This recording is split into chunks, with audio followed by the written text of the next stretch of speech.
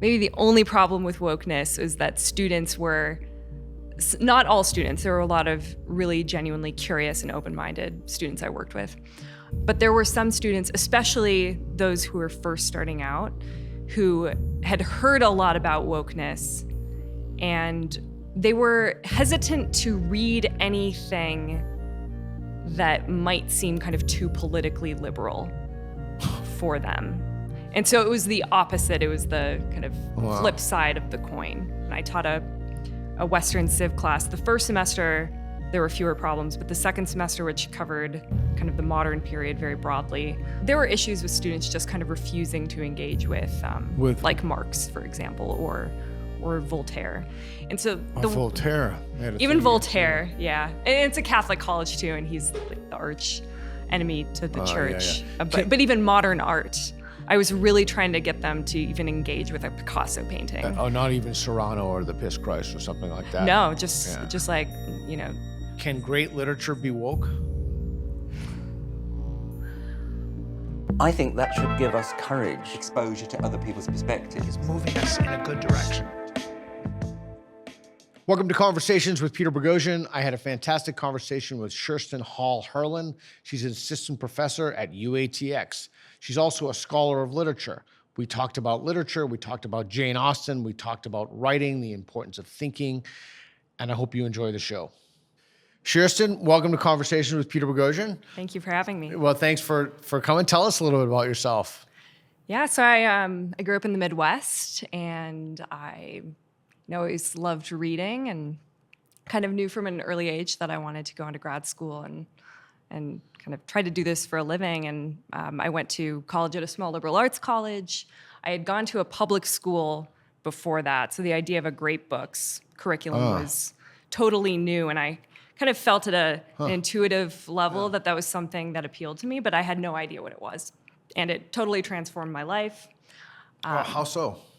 That's a great question. I think the way it transformed my life is that by the time that I finished my college degree, I felt like I was just starting to be ready. And ready for what? For college. Oh. By the time I was finished, I felt like maybe I was beginning to be ready.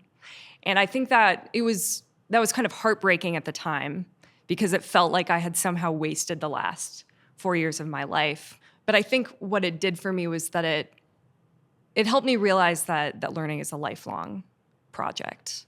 And so in some ways, my life and career since then have been trying to make good on the kind of seeds that my professors sowed. And the first time I don't know if you have this experience, but the first time I pick up a book, it's a very bewildering experience. I have a friend who says that the first time you read something, especially something complex, that you get in a great book's curriculum, that you're just showing up to the text.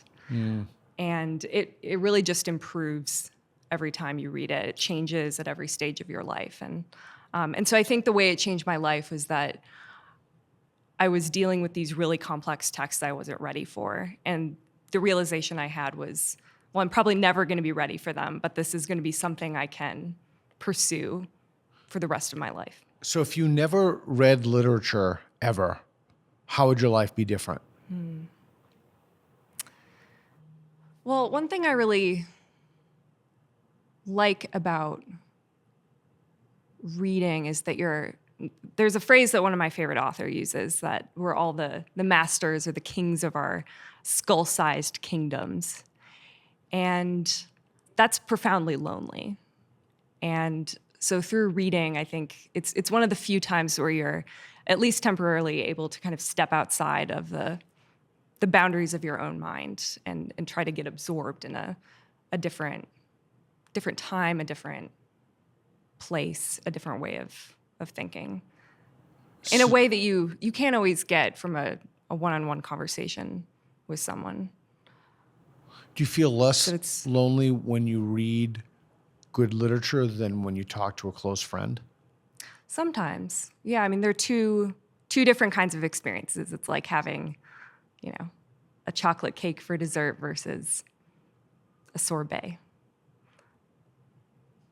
Two different flavors. And, life is richer with the two. I wouldn't say that reading a book is a replacement. If I had a friend who called me up and said, "Hey, let's go hang out tonight. Let's go have a glass of wine," I would never say, I have books to read, unless I was on some really tight deadline. But they're not a replacement for. But I think, honestly, the kinds of books that you can read enrich your friendships. Could you be friends with someone who never read literature and didn't like literature?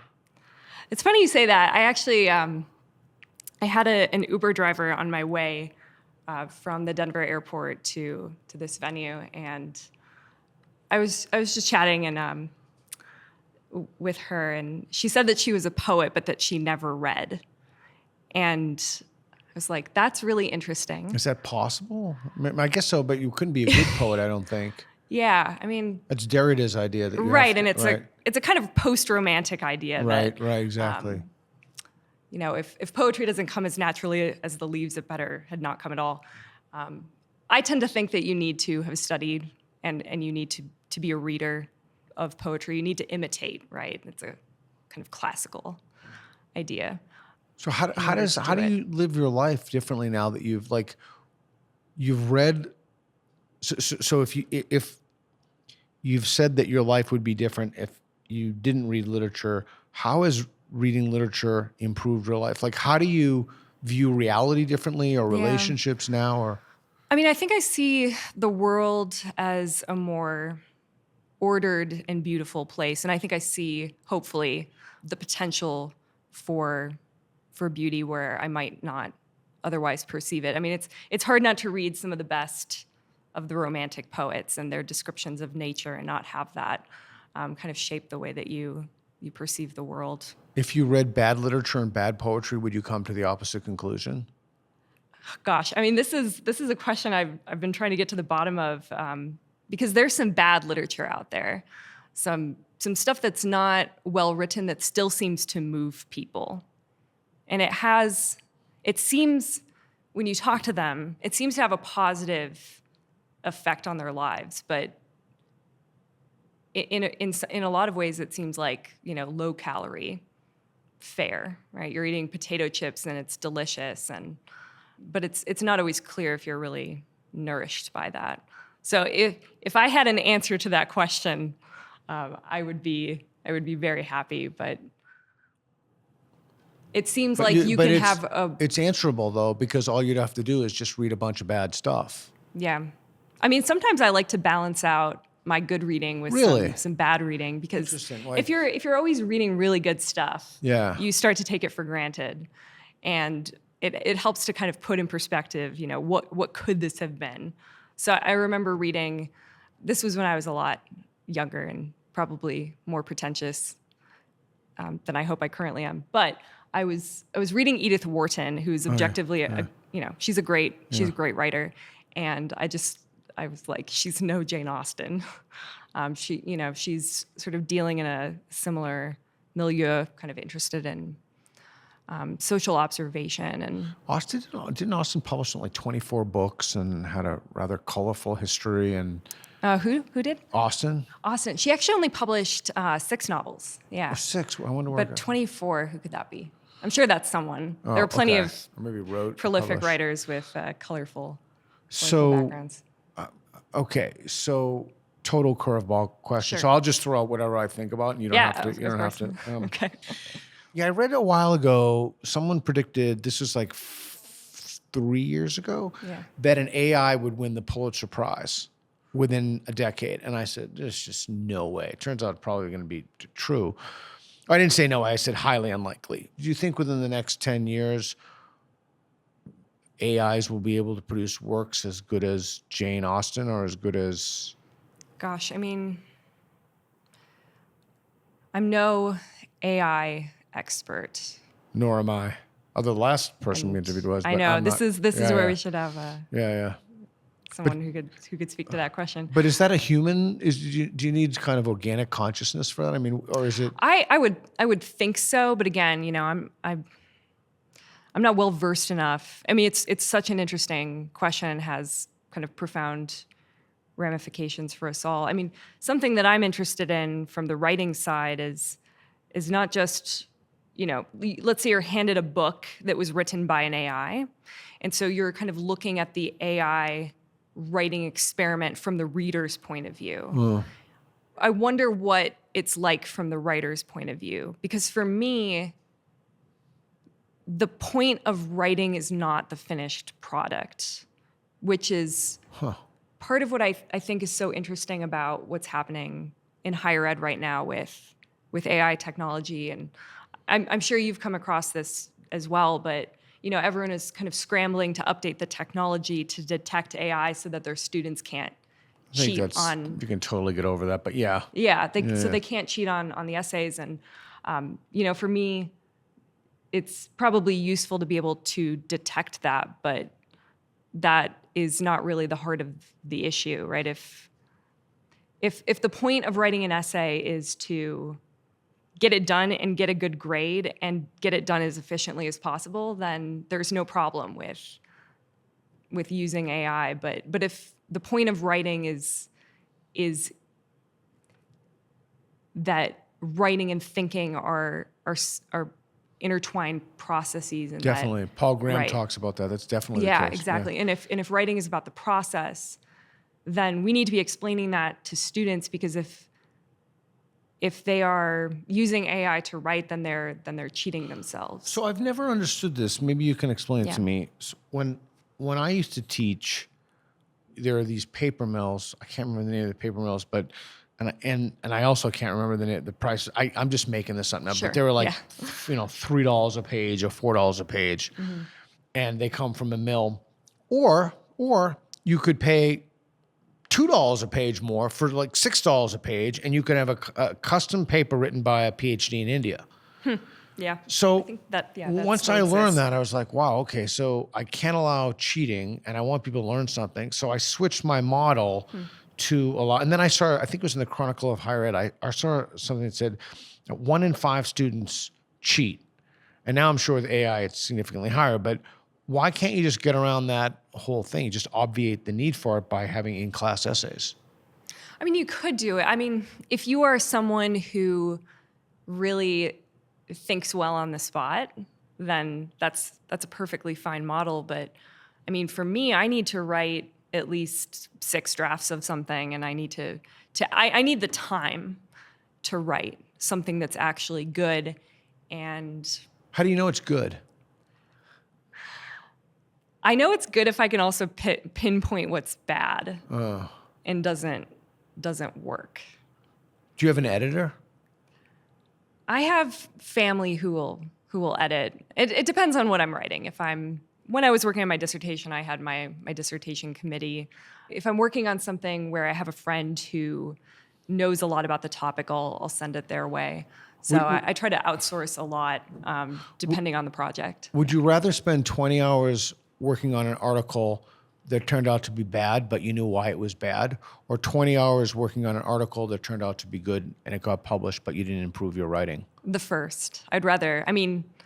I like to keep, when I'm writing, I like to keep a document that I call my discard or my trash document. And it just has everything that I write that I don't end up using. I do the same thing too.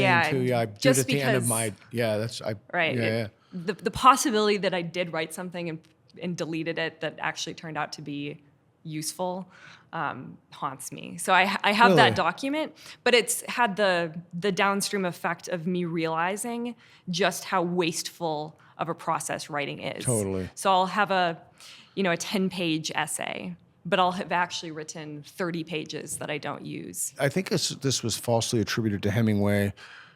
Write drunk, edit sober. I think that's false. Falsely but attributed. Yeah. So it do seems you to ever drink when you write? I had a phase in my dissertation, early on when I was writing my dissertation, where I was very interested in what my writing process, how it would work best. So I remember going to a cocktail bar near my house, and I brought my very paltry notes, and I was like, all right, I'm going to see, as an experiment, does this work? And it did not work at all. my grading improves if I have a glass of wine or something. Huh, How about you? Do It you? was grading improved. That must mean that there's It a right makes or me a wrong little grade bit to more- assign. Yeah. A little improves. You bit more mean- generous. Yeah, I was going to think. say. Yeah. That's exactly what I A was little bit thinking. more charitable. But how about you? Do you? Yeah, I drink and do a lot drink? of drugs when I write. I do. But I'm trying for health reasons to limit myself to 2 drinks now. Yeah. Which I do.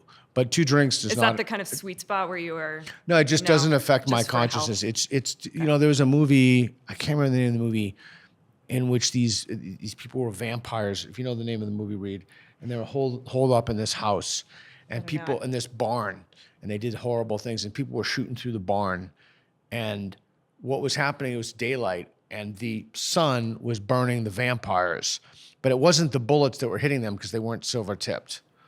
Okay, that's the way the alcohol is for me. Like, I'm not an alcoholic. I could drink. very vivid. It's the sugar and the alcohol that's getting me. Have you tried writing sober recently? Oh yeah, I write. I How's write that? sober Is it- far more Is it than just I. like the world is colorless? And No, the no, inspiration isn't there. I write sober far more. But I do like. I love Chianti. It's my favorite wine, and so I love dry wines. But I do think that there's something incredibly. I agree with you. I think there's something incredibly important. If you want to be a better thinker, you have to be a better writer. And I don't think it's. I mean, I could certainly be wrong about this, but or maybe I'm not. I don't know. I don't know how one could write a great novel without reading a lot. Like, I don't know how that would be. That's what I believe too. I mean, I'm not a novelist, so So why aren't you a novelist if you? I have ideas sometimes for novels, and maybe it's Why don't you do it?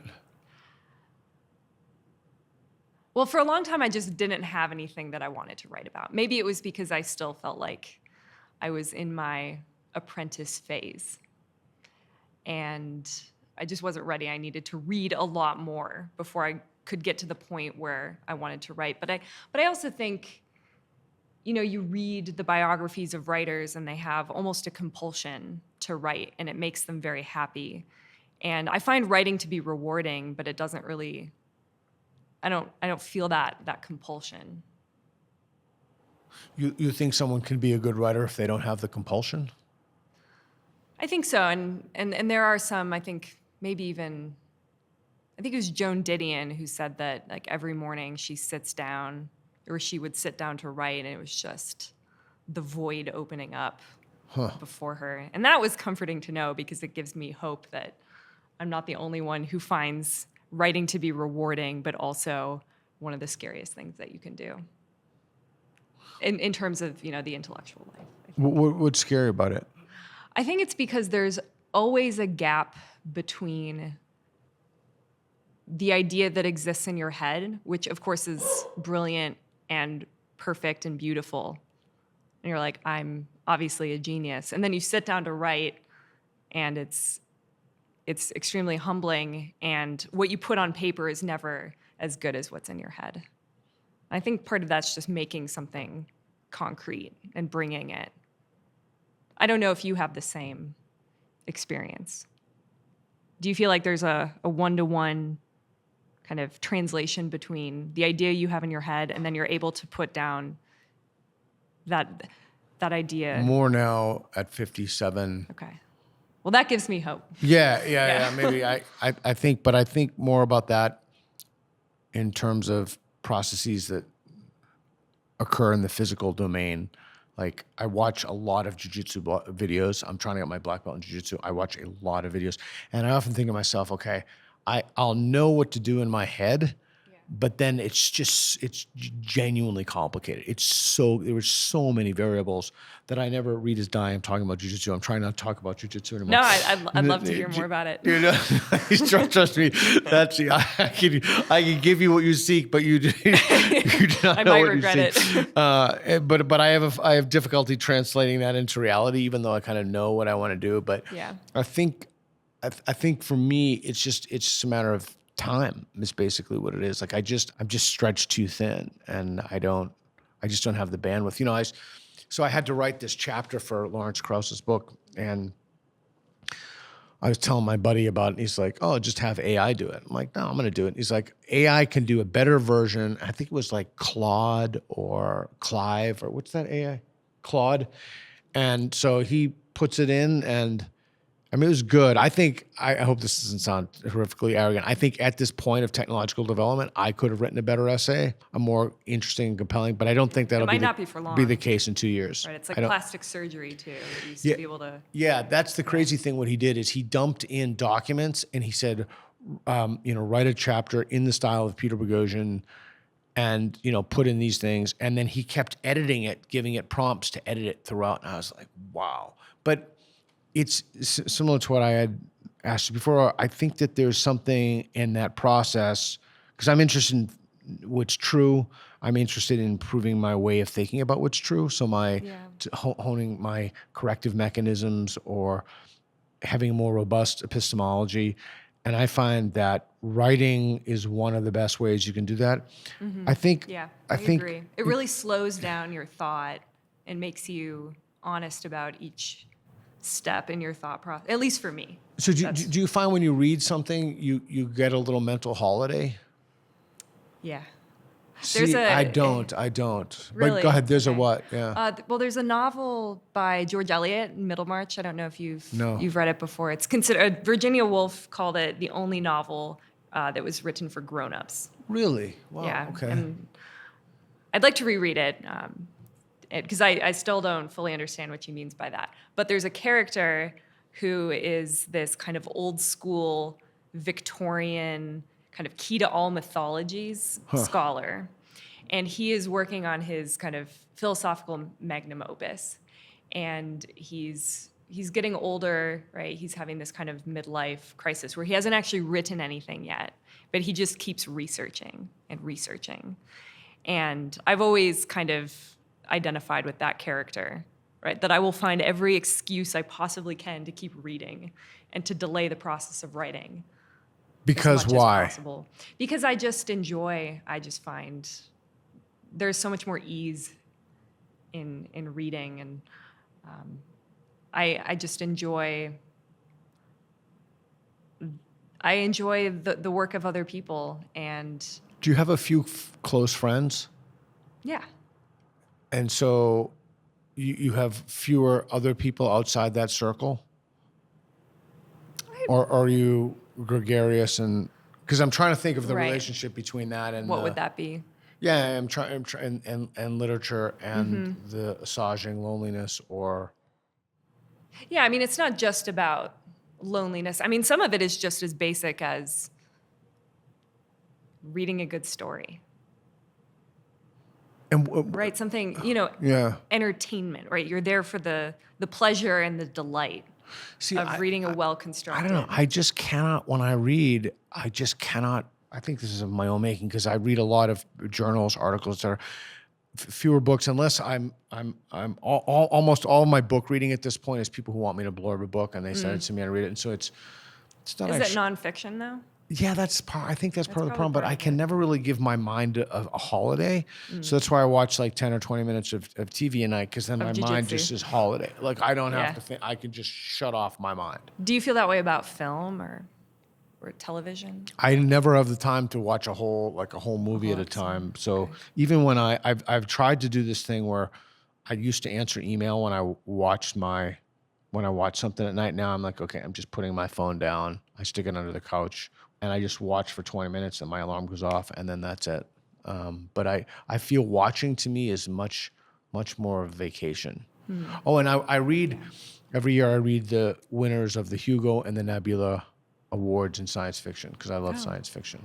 Yeah. What have you liked recently? I like to dabble in science fiction occasionally. It's not what I gravitate towards, but I do enjoy it. Just bought a book from Barnes & Noble the other day. Nothing sticks out to me that I've read that I've thought to myself, wow, that's incredible. But the other thing is I always feel that I'm behind in the intellectual stuff that I need to do. And a book is a big commitment, like a movie is a big commitment, but a peer-reviewed paper is not, or an article is not. Yeah. And the other thing is kind of similar. I think I feel the opposite. Oh, you do? How so? I mean, I just love fiction. It's part of why I ended up in literature rather than even history or philosophy or something. But I mean, reading a novel is such a treat. And sitting down to read an article or work of criticism. Do you think you'd get the same, I don't know, joy or the same experience if you read a novel like Gabriel Garcia Marquez in Spanish, or if you read something in another language? Do you think that would just be a different kind of joy, Yes. a categorically different? Yeah. I was reading, this was Percy Shelley, and he talks about translation. And I think the image he uses is something like, if you want to translate a poem or a work of literature from one language into another, it's like trying to pulverize a flower and then reassemble it. I think it's something like that, but I don't know any other languages well enough to know what it would be like to read at a very high level in that's one interesting. language. At the same level, I could read in English, but my sense, my kind of untutored sense is that, it's very hard for me to imagine reading Shakespeare in Spanish. So imagine reading, Dostoevsky in the original Russian must be just totally different than trying to read it in translation, which means that in the past I've kind of tried to avoid, because I know it's harder for me to commit to an 800-page novel if I know that I'm only getting a shadow. Yeah, of it's the interesting. experience. When I had a Quran tutor and I read the Quran earnestly, and I never understood why anybody, I just never seemed like a profoundly mediocre book, but I never really understood why people were so captivated by it. And he kept telling me the same thing when I read Derrida, and I would say, well, I just don't get it. Like, what is the attraction here? And people would say, well, it's because you don't speak the language. If you only spoke the language, you would realize how. So then I think what I started doing is what any reasonable person would do, is that you would ask people who were fluent in both languages, and you would ask them, is this really the most beautiful book? And, you'd have to remove certain predispositions or predilections that people have towards certain conclusions. But so if you're going to, so I want to get onto UATX a second. So before I do that, why should people read Jane Austen? Or should they? They should, I think, and everyone, it's worth clarifying, I think should read Jane Austen. Jane Austen has been unfairly branded as chick lit. And she's really, she's for men and for women alike, I think. I mean, Reed's big fan of Jane Austen. Just kidding. So Austen is one of those. Right, there's a kind of maxim that comes down from the ancient world about how poetry should delight and instruct. Yeah. And there are very few writers who do that as powerfully as Jane Austen, where on one hand, it's totally possible to just read the novel for the pure enjoyment of the story. And there are a lot of people who read her that way. But then on the other hand, if you want kind of, I think, profound insight into human nature and the human condition, you can also, and I think she's a profound thinker. So you can read her at both of those levels, and they are totally fulfilling either way. And the only other author I know who's probably as good at that is Shakespeare, because Shakespeare is probably one of the first writers, at least in English, who had a whole audience, right? He's got the groundlings who are uneducated, illiterate, and he has to entertain them, but he's also entertaining Queen Elizabeth. I hate if you can please both those audiences. Yeah, I hate to throw the conversation in the gutter, but it reminds me of a Pixar film. It's something for kids, something for adults. Yeah, absolutely. I think, there's some really great storytelling in film as well. Why? So the competition to be UATX faculty was insane. Like, that's what I hear. Crazy. Yeah. And you got it. So that's pretty amazing, I'd have to say. I'm amazed still. That's quite an accomplishment, because it was purely meritocratic. No, I'm not amazed that you got it. I'm amazed that that anyone. No, I'm just the odds. The odds of getting odds are insane. With unbelievably qualified people were sending me their CVs. I had literally nothing to do with it. Wow. I'm like, holy shit, they should fire me and hire this person. Sure. So we have a few questions. So you living in Austin now? I live in Austin. So the odds that make this even crazier, I was at a different university before I got this position. And I had basically decided to leave academia. I was at peace with that decision. Was it Why were you exactly gonna what I leave? wanted? So I got married, and Oh, congratulations. thank you. This was last year, and my Oh, husband was newlywed. still, yes. Yeah, we were just in Greece. Oh. Have you been to Greece before? Yes, I have. I lived in Greece. Loved it. You lived I in Greece? I hated Athens, but I love the islands. Yeah. Athens started to grow on me, weirdly. Wow. Maybe it was, we stayed in two different areas in Athens, but I also loved the Acropolis. I know it's kind of, yeah. I did not have high expectations, and I know that's just a very small part of the city, but it was so much cooler than I expected it to be. Yeah, well, that's pretty amazing. So, you liking Austin? I do. I love Austin a lot. Have you been to Cooper's or Lambert's yet? Do you like barbecue? I do. I've not been to Lambert's. I've been to Cooper's. Lambert's is on Gosh, another- what is the Franklin's? level. That's the one you have to wait in line for. Yeah. Which I was scared actually to try because everyone said this is the best barbecue you will ever have, and it will ruin you. Yeah. And so I thought, why taste the best barbecue? I'm perfectly happy with all the other barbecue I've been eating. There's so many analogs for that. I know. But you would still go for the best, though, right? I did. So I did end up Yeah. trying it. It was very good, and it wasn't good enough that it actually destroyed my capacity to enjoy Okay. other barbecue. Have you been in the summer in Austin yet? Have you spent the summer in there? Yes. So I went to grad school at UT. Yeah. So I experienced 6 years of the Austin weather. That's where my husband and I met.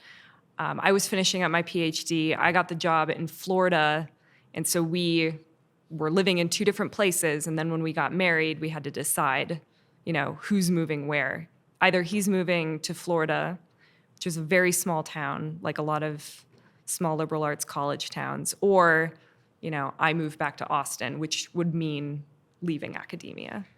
And we decided kind of, that in the long run, there was more opportunity in Austin. And it was funny when I announced to one of my classes that I was leaving at the end of the semester, one of my students raised her hand and she's like, Dr. Hall, are you going to go teach at that new university in Austin? And Really? I was like, if only I could, that would be kind of a dream come true. And so I moved to Austin, under the assumption that if you leave one academic job, that means that there's nothing on the other side.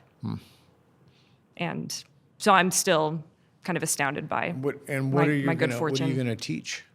So eventually I'll be primarily teaching in the Center for Arts and Letters, but at least for the first few years, I'll be teaching primarily the intellectual foundations Oh, that's great. courses, Yeah. which will be so fun. We just got our teaching assignments, and a lot of it is great, and it's also completely out of my wheelhouse. So I'm very excited. It's a good opportunity to. Oh yeah, I'm going to learn so much. It's going to be so hard, but it'll be cool because I'm sure that there are some texts that I will be reading for the first time, and my students will also be reading it for the first time. God, that's fantastic to me. So it'll be wild. I'm looking forward to it. I mean, it's part of what makes UATX so interesting compared to what other universities are doing. Everyone gets kind of very siloed into their discipline. That is my nature, right? I'm sure you've heard the kind of fox hedgehog Yeah, of course. Yeah. parable. Yeah, I'm a hedgehog. Explain by that nature. to us about. Yeah, so the idea is, at least the way it's been explained to me, is that the fox is kind of wide-ranging, kind of capable of becoming, for lack of a better word, an expert in everything, just kind of enjoying and dabbling and in knowing really well a wide range of subjects, whereas the hedgehog kind of burrows in deeply and maybe can't get out. So that is my natural inclination, is to do the deep burrowing. But I think it's more conducive to the life of the intellect to be wide-ranging and to be able to read widely and draw connections across disciplines. Tell you for a fact that I know an awful lot of smart people, and the smartest people I know are never incestuous to one discipline. Yeah. So do you? I would assume that you are a fox by nature. Do you That's see what it that, seems Reed? like to me. Reed, do you hear that? Foxy, Reed, Foxy. I think that's right. I've never understood. It could be a function of university architecture too, but I've never understood the. I guess in a weird kind of way, I understand that you would want somebody has a kind of, to borrow a term phrase from Dewey, like a museum conception of this person knows what this person said about this person who commented on Aristotle. Like, I guess kind of in a way you need someone maybe to do that. I'm not opposed to the fact that someone should do that if that's what they're into, but I think that the Maybe, yeah, go I was ahead. gonna say maybe we have too much of that. Yes. There's a place for it, but I can't remember if it was the George Gurdjieff or Uspensky who, at the time they were living, had claimed to have read every book. That would be utterly impossible to even do every book from a year right now. There's just too much. oh yeah. Actually, I don't remember where I heard this, but it stuck with me for years. I could have heard it, I could have read it. I'm not even sure that it's true, but it's kind of lingered in my imagination that the last time it was possible to read everything that was worth reading was in the 17th century. And that Milton, Worth reading, yeah. And that Milton was probably the last person who read truly comprehensively. And then after that, it was impossible to be comprehensive. Yeah. And that even the best educated person had to make decisions about what to cut and where the limits were going to be. So you left your position at the university. It was Ave Maria University. It's a small Catholic college. Are you Catholic yourself? Fascinating. Yeah. So you left that. There was no issues with wokeness or anything? No. I mean, there was no wokeness issue. I mean, maybe the only problem with wokeness is that students were, not all students, there were a lot of really genuinely curious and open-minded students I worked with. But there were some students, especially those who were first starting out, who had heard a lot about wokeness, and they were hesitant to read anything that might seem kind of too politically liberal for them. And so it was the opposite. It was the kind of flip side of the coin. So I had students kind of shutting down. I taught a Western Civ class. The first semester, there were fewer problems, but the second semester, which covered kind of the modern period very broadly, there were issues with students just kind of refusing to engage with like Marx, for example, or Voltaire. And so Voltaire. Even Voltaire, yeah. And it's a Catholic college too, and he's like the arch enemy to the church. Yeah. But even modern art, I was really trying to get them to even engage with a Picasso painting. Not even Serrano or the Piss Christ or something like that. No, just like, Can some basic great literature Picasso. be woke?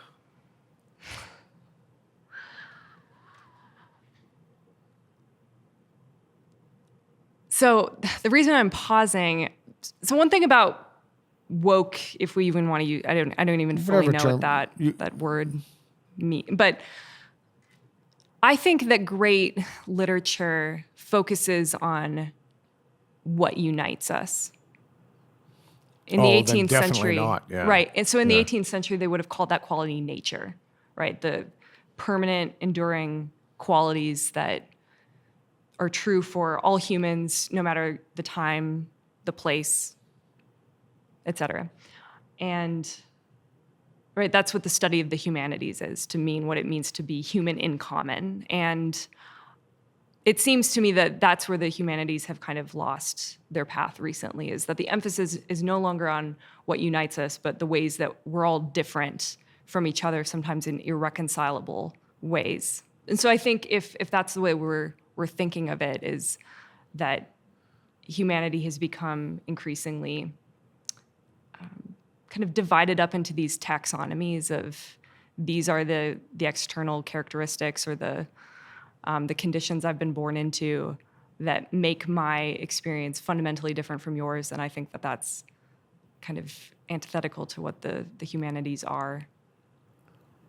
I'm And maybe I'm curious. just not. Yeah. No, I'm just trying to reconcile some things. Sure. So going back to you being on an island with a millionaire, Yeah. let's say that you didn't have access to any TV, internet, nothing. You're just That on sounds the island. good. Yeah. I say that now, but as soon as yeah. I would get there, it would be I'd fall apart. But in the abstract, so it sounds you're on the nice. island. You can't talk to your husband, your friends, there's nobody, and you're there for 2 weeks, and you have a single book, this book, and then you have to judge the sex of the author, Yes. and then you have to write a very brief review of the book, and you don't feel good about the book. But when you get back to civilization, you read all these reviews, and it's like the new Shakespeare. Could you be wrong about that? Oh yeah, I could totally be wrong about that. I think. Could they be wrong about that? Yes. So there's a matter of fact to be wrong about. I think so, and I mean, some of it is a little bit. Well, I think one of the tests of whether something is permanent, whether there's truth there, that can only be judged by time.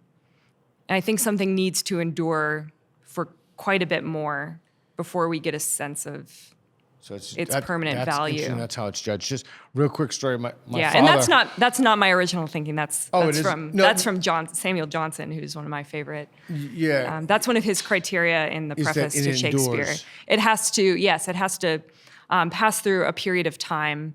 Some of that is because the people who wrote the book, the people who criticize it, who praise it, they might have something at stake. They might be envious, for example, of the writer, and that's why they're saying this doesn't matter. Or maybe the book only resonates with the particular historical moment that it was written in, and that it doesn't kind of speak to that more permanent kind of human experience. And so he says that you need to give it a little bit of time to see. Once everyone who was alive when it was written, you have to wait for them to die, essentially, to get a better sense for, is this going to last or not? Can this continue to speak to? Would it change your to mind people. if you came out of the hut or whatever, and then you're reading all these reviews? Would that change your mind? I think it would give me pause. Yeah, I mean, What if you read it again and you felt the same way? then I'd probably stick with it. But I think I would still want to keep an open mind to the possibility that I'm wrong about. And I would also be curious if I were talking to friends who had read it to see why they thought it was good. So I'm open to the possibility of wrong. It comforts me too that some of the great writers of the past have also been wrong about books. Johnson, one of my favorites, he kind of famously said that Tristram Shandy by Lawrence Stern, he said, nothing odd will do long. And Tristram Shandy is a great book. It's and people still read it widely today. Which would mean more to you to sway your opinion, if that's a way to look at it? A negative or a positive review from a close, trusted friend, or a negative or positive review from a world-famous reviewer? World-famous and well-respected. Sure. Yeah, that's a hard one to decide. The vain part of me would want the worldly fame and recognition. And I would hope to be the kind of person who cared most about what their immediate friends and family thought. And that, I mean, even in the abstract, that was primarily why a lot of literature was written, right? It's not really until the 18th century that you have something like a mass readership where you can imagine putting a book into print and then having people who you've never talked to. So like Jane Austen originally kind of wrote a lot of her stuff to be read aloud to her family. And it eventually saw print, but even, John Donne, I think he may have had stuff, I would have to check this, but I think John Donne's poetry mostly just circulated in manuscript and was read by close family and friends. Is it more important to you to be respected for your intellectual work by your family or by your colleagues? I mean, there are two different types of respect. Being able to write something that, for example, my parents, who are intelligent people, but they're not academics, being able to write something that they would truly enjoy, not just because I'm their daughter, but because they found it engaging or thought-provoking. I mean, that's what I want to write. I've been increasingly experiencing dissatisfaction with academic writing and publishing, where you put something out into the world in an academic journal, and maybe it's read by 5 people, and 4 of those people are only reading in order to kind of cherry pick for their own argument. And so there isn't actually any learning going on. It's all, what can it's a bit, it feels almost a bit exploitative, where people are kind of strip mining your argument just for their own argument. And I've done this, right? I've engaged with articles or academic books where I have a clear goal in mind and a clear end. And I'm not reading it because I actually want to learn something. I'm reading it because I have a selfish purpose for my own argument. If you were going to write a piece of fiction, what would it be about? Well, the actual concrete ideas I have for stories, the one that I've been kind of kicking around, I recently learned that Mozart, while he was working on Don Giovanni, was staying at a kind of palace with Lorenzo da Ponte, who was his librettist, who has a very colorful life. He was a priest in Venice, and he was actually banned from the city of Venice, which, if you know anything about Venice in the 18th century, is, I guess the closest equivalent is that you are so morally corrupt that you're not allowed to go back to Las Vegas. You've just been totally banned. You're too bad for this city. So he was there also with Casanova. And Don Giovanni is, I mean, it's about a kind of Casanova figure. And so they were having conversations about the opera. And I would love to work that up into some kind of fictional piece, yeah. And to know that Casanova was in the audience where Don Giovanni premiered. And at the end of Don Giovanni, right, it's about this kind of Casanova libertine character for whom there are no limits to his own pleasure and his own exploits. And he has the opportunity to repent. Otherwise, the demons which are appearing on the stage are going to literally drag him down into hell. And he decides not to repent and to have his own way. So I just think that would be, I would just love to imagine what those conversations were. Can you make 30 minutes a day to do that? I might be able to. I'm trying to get back into the habit of writing. Why don't you do it tomorrow? general. Why don't you start tomorrow and just make 30 minutes? I could, but I'm working on another. So I'm working on Okay. one book, so Okay. maybe that will be my next book. Oh, okay. What are you working on? I'm working on a book about Samuel Johnson and Jane Austen, because Jane Austen, it's based on a class I taught when I was at Ave Maria, and it is on record, or at least we have it on record, that of Jane Austen saying that, and it's part of the family record as well, that Johnson was one of her favorite moral writers. And it's kind of astonishing that so little has been written about this topic. So that's what the book is about. It's just trying to engage. And that's more compelling to you than the other idea, Casanova? It is, yeah, because they're two of my very favorite writers, and it's helpful for me to try to dig deeper into, what is it that make these writers tick for me. And I also had students who really loved the class. And I would like to be able to share those insights, and in some ways kind of set the record straight on some Austen assumptions. So, Is there anything I should have asked you that I didn't ask you? I don't think so. Where can people find your work?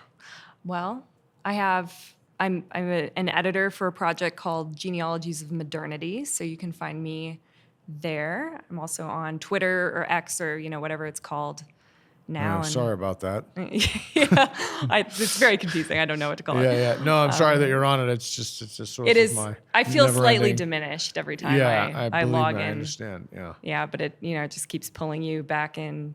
Yeah. But yeah, so I'm there as well, at least in theory.